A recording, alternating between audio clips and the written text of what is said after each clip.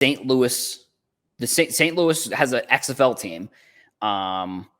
They're bringing football back to St. Louis, and they broke the XFL attendance record, which I can't imagine. I mean, 38,000 is actually super impressive. I don't even want to downgrade like how impressive that actually is, because I think it's the Rams obviously left St. Louis to go to Los Angeles, and that was probably pretty upsetting for a lot of St. Louis Rams fans.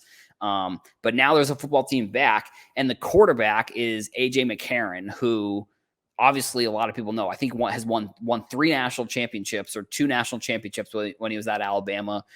Came into the league, didn't really play all that well, kind of maybe the reason why he's in the XFL now. And I think he actually has a really cool story, I think, because he was on ESPN, or he was doing some interview recently where he was talking about how he took like a huge pay cut or something to play in the XFL because he wanted to be a starter, because he wanted his kids to watch him play football. I don't know if it was because he wanted his kids to watch him play, or the kids were asking for it or asking him to play. But like, I mean, that's such a cool story. I mean, maybe even a redemption story for him, because I think the one thing that we've seen over the past few years is the XFL, USFL. I mean, we'll see sort of how well those leagues do eventually. Like, we'll see. I mean, XFL signed that deal with ESPN, so like that's kind of a big deal. And I mean, it's the football in general. And I know this has kind of been a little bit of a football heavy show, because we talked about football before the interview. With the XFL, with the USFL, NFL, college football, within sports cards, I think we are going to have some interesting opportunities. And the USFL too, I've been following that, as I've been kind of following some of the players in there and their move to the pros. So, I mean, it's going to be interesting to see sort of where, like, if, because like one of the things, like the Steve Young rookie card is actually a Topps USFL card. So it's going to be interesting to see down the road if there's going to be any players. And I think that's probably an anomaly. I don't know if we're ever going to get like a Steve Young really that's going to go from the USFL to the NFL and become Steve Young like he did. But I think overall, it's going to be interesting to see sort of the progression of these leagues, I guess, and see if there's going to be any sports card products that end up coming out.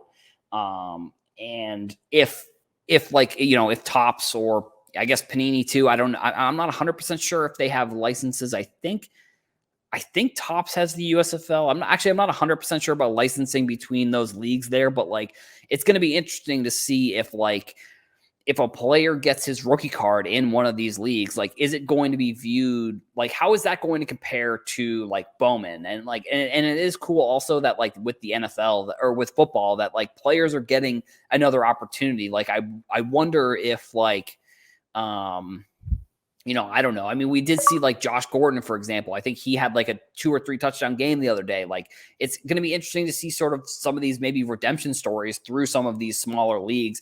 Like, or is it going to turn into like soccer where, and it's funny because it's also football, but is it going to turn into soccer where some of the smaller leagues are where players go and then they either get sold or they go into the NFL or they get drafted? Like, I wonder if that's how that's going to affect prices of some of the cards, like, or if like, it's going to give players an opportunity to be in the NFL.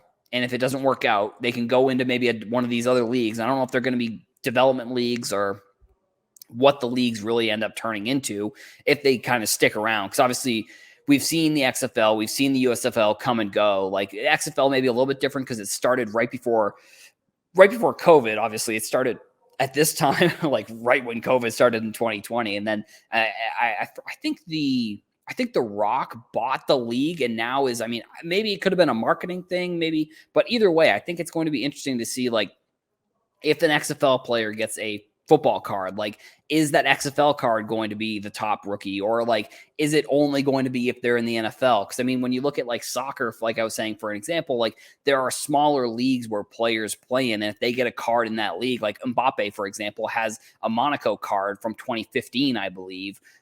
Is that card going to be the one that people want versus like his Prism or like a card where, he gets to the NFL after playing, professionally for a couple years.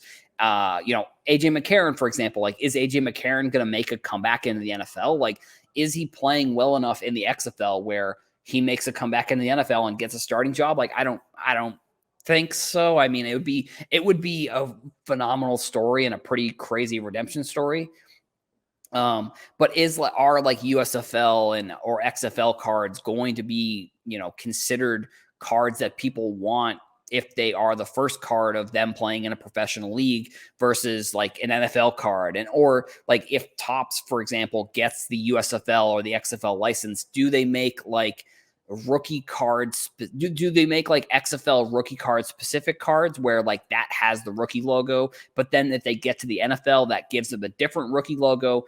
I don't know. I mean, I think, like I said, these are kind of speculatory things that I would be interested in, and I think that would give maybe people an opportunity to buy, other players. I think the XFL also was sort of, when it first came around, it was a little bit of like a gimmicky league. Like, I know a lot of it was a lot of the, it had a lot more WWF, WWE at the time aspects to it than maybe like this time around, where I think that they're taking the football a little bit more seriously. Like, they were trying to do, like I said, a little bit more gimmicky stuff than, the NFL. And then what they were doing, they were trying to do more gimmicky stuff back then compared to at least what I think now with the XFL. So, I mean, I think it's definitely cool to see, St. Louis too. I'm glad to see them get that, 38,000 isn't like that's not a small number either. Like, that's really impressive when it comes down to like attendance at a game. Like, who really knows like where that's league. Like, if, like I said, AJ McCarron, like, I don't know, like maybe he becomes some sort of cult legend. Like, he's already kind of a cult legend at Alabama, but like, who knows, maybe he's, maybe he turns into like another cult legend in the XFL, and then maybe he makes it back to the NFL. Like, who really knows? Like, that'd be fun.